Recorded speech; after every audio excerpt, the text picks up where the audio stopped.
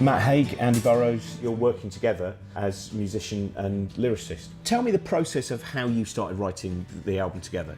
From my perspective, it was the most enjoyable period of creativity I've ever had, I think, because it was just so immediate. We weren't in the same room together or anything. I was like typing up little batches of lyrics, sending it to him who was being glamorous rock star in LA. Within the same day, he would be firing back some sort of thing he's recorded on his phone. It was like, yeah, it's like the Twitter of songwriting, wasn't it? Yeah, it was yeah, like the response was immediate. Do you sometimes have tunes in your head already and then the lyrics arrive and you think, oh, I can attach, or is it a reactive thing to the words that you would get from Matt? I think reactive. I mean, receiving these lyrics from Matt was a very, very exciting process. You know, the plane that I'd just got on was about to take off, and he sent me this email which said, how would you feel about just some regular lyrics, because we've been trying something else. We've been trying to write like a kid's rock opera. Yeah. Hansel and Gretel. Yeah. To which I was like, that would be incredible, because the hardest part of writing songs is always, well, for me anyway, is the lyrics. So having these pages of beautiful words from Matt was an absolute dream. But I feel like this was just immediately everything I wish I could have written. And yeah, somehow it just worked. But I'd sent you a lot that you didn't turn into songs, so there must have been some that you There was some sort of editorial process. I like to joke that my editing process was just that I didn't scroll down the screen. So I'll just take the first paragraph. Say the things I said and then blame it on my head.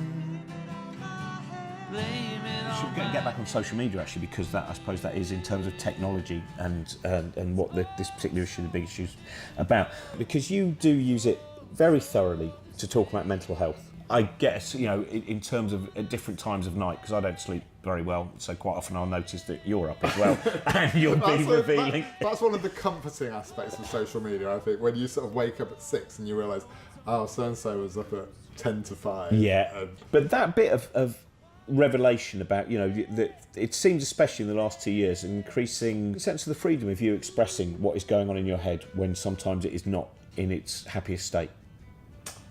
Yeah, and it's like a little valve that you sort of get out. And I'm a great believer in writing things down as a way to sort of deal with those things. I think that's a therapeutic thing.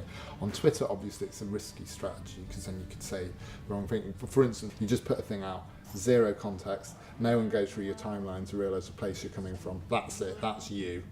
And then, you know, someone jumps on it. And so there's times where it's risky. But generally, I think, in terms of raising issues like mental health awareness, things like that, obviously there's been big, you know, collective action, things like Black Lives Matter, Me Too movement, various things. It's quite good for that. It's quite good for shining a light on things that weren't seen, and mental health problems were definitely that. Selfishly, from my own perspective, why I've written about mental health in books and in these songs we've done together is you feel less alone, because then other people sort of open up to you and talk about their own stuff. That has definitely changed in the last 20 years. Do you think that's largely to do with like a social media aspect, or do you think?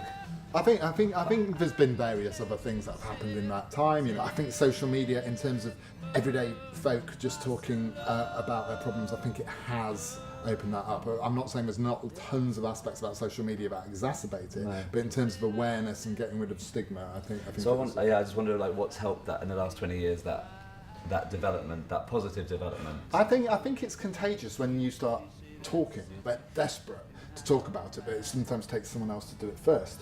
So whether that thing's a book, TV show, or a tweet, or a song, it helps as a sort of catalyst to them. They can point to other people and say, yeah, that's what I'm feeling. Yeah. Or, you know, Matt Haig, Andy Burrows, thank you very much. Thanks, Robin.